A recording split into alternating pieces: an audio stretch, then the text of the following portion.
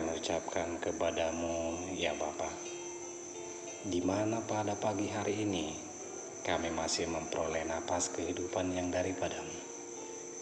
Ya Bapa, pada kesempatan ini kami mau mendengarkan firman-Mu. Kami percaya firman-Mu adalah pelita dalam kehidupan kami umat-Mu. Penuhilah kami dengan sabda-Mu, supaya kami menjadi pribadi yang bertindak dan sejalan dengan kehendak-Mu. Dalam nama anak-Mu Tuhan Yesus Kristus kami berdoa. Amin. Saudara-saudari yang terkasih di dalam nama Tuhan Yesus Kristus, ayat renungan kita pada pagi hari ini tertulis dalam Mazmur 143 ayat 1. Demikian firman Tuhan. Mazmur Daud. Ya Tuhan, dengarkanlah doaku. Berilah telinga kepada permohonanku. Jawablah aku dalam kesetiaan-Mu demi keadilan-Mu. Demikian firman Tuhan. Saudara-saudari yang terkasih di dalam nama Tuhan Yesus Kristus, dalam kehidupan sehari-hari sering kita diperhadapkan pada masalah atau situasi sulit, di mana kita harus membuat sebuah keputusan atau pilihan. Namun dalam hal ini, mungkin dalam hati kita bertanya, apakah keputusan atau pilihan yang kita berbuat sudah sesuai dengan kehendak Tuhan? Atau bahkan kita tidak percaya lagi akan kuasa dan rancangan Tuhan, dan kita memilih jalan yang sesuai dengan akal dan logika kita untuk menghadapi situasi tersebut. Inilah janji Tuhan kepada setiap orang yang bersungguh hati mencari Dia. Mintalah, maka akan diberikan kepadamu. Carilah, maka kamu akan mendapat. Ketoklah, maka pintu akan dibukakan bagimu. Karena setiap orang yang meminta, menerima. Dan setiap orang yang mencari, mendapat. Dan setiap orang yang mengetok, baginya pintu dibukakan. Matius 7 ayat 7 sampai dengan yang ke-8. Saudari-saudari yang terkasih, demikian juga dengan pergumulan Daud dalam nats kita hari ini. Di ayat yang ketiga dan 4 dikatakan bahwa musuh telah mengejar aku dan mencampakkan nyawaku ke tanah, menempatkan aku di dalam gelap seperti orang yang sudah lama mati. Semangatku lemah lesu dalam diriku, hatiku tertegun dalam tubuhku. Apa yang Daud minta dari Tuhan dalam pergumulan tersebut? Yang pertama, Daud memohon agar Tuhan mendengarkan seruannya karena ia percaya Tuhan adil dan setia. Yang kedua, Daud percaya bahwa demi keadilannya, Tuhan pasti akan menyelamatkan dirinya dari para musuh.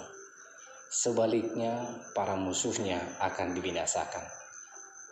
Saat Daud mengingat kembali karya Tuhan pada masa lampau, ingatan ini menimbulkan keberanian untuk merindukan uluran tangan Tuhan pada saat ia mengalami kesesakan waktu itu. Yang terakhir, Daud meminta agar Tuhan mengajar dirinya bagaimana hidup menurut petunjuk Tuhan, supaya hidupnya berkenan kepada Tuhan. Dalam hal ini, dapat kita pahami bahwa pemazmur memahami bahwa kehendak Allah lebih dari segala sesuatu. Ia memang ingin keluar dari krisis, tetapi ia tetap ingin agar Allah sendiri yang menuntunnya melewati masa-masa sulit tersebut. Di ayat 11 diserukan agar dirinya dihidupkan kembali. Penghidupan kembali ini bukanlah sekedar penghidupan fisik, tetapi secara mental, psikologis, dan spiritual.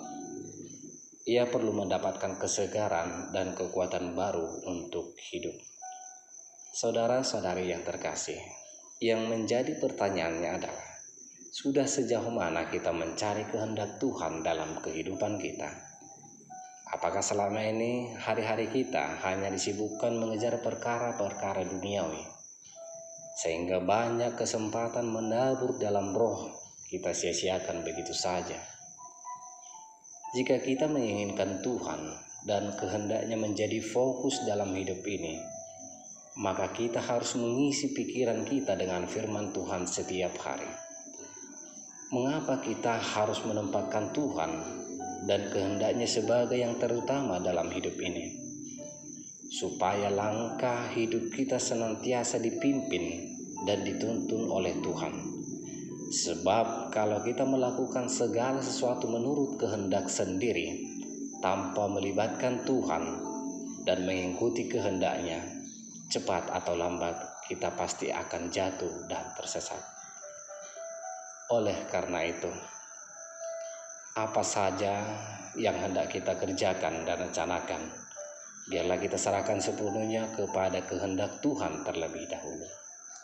Karena di Yakobus 4 ayat 15 dikatakan, sebenarnya kamu harus berkata, jika Tuhan mengkehendakinya, kami akan hidup dan berbuat ini dan itu. Sebab itu, tak seorang pun yang tahu apa yang ada di depannya atau apa yang akan terjadi di kemudian hari. Sebagai pengikut Kristus, sudah selayaknya kita meneladani Tuhan Yesus yang menempatkan kehendak Bapa sebagai yang terutama.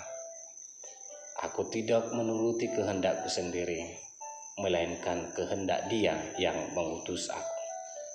Yohanes 5 ayat 30. Tuhan memberkati. Amin. Kita berdoa.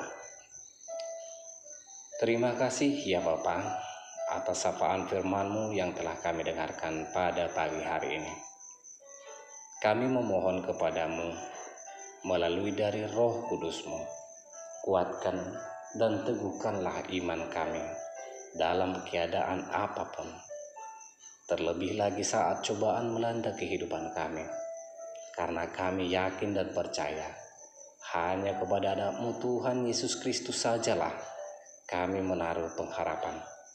Terima dan sempurnakanlah doa permohonan kami ini. Di dalam nama Anak-Mu Tuhan Yesus Kristus kami berdoa. Amin.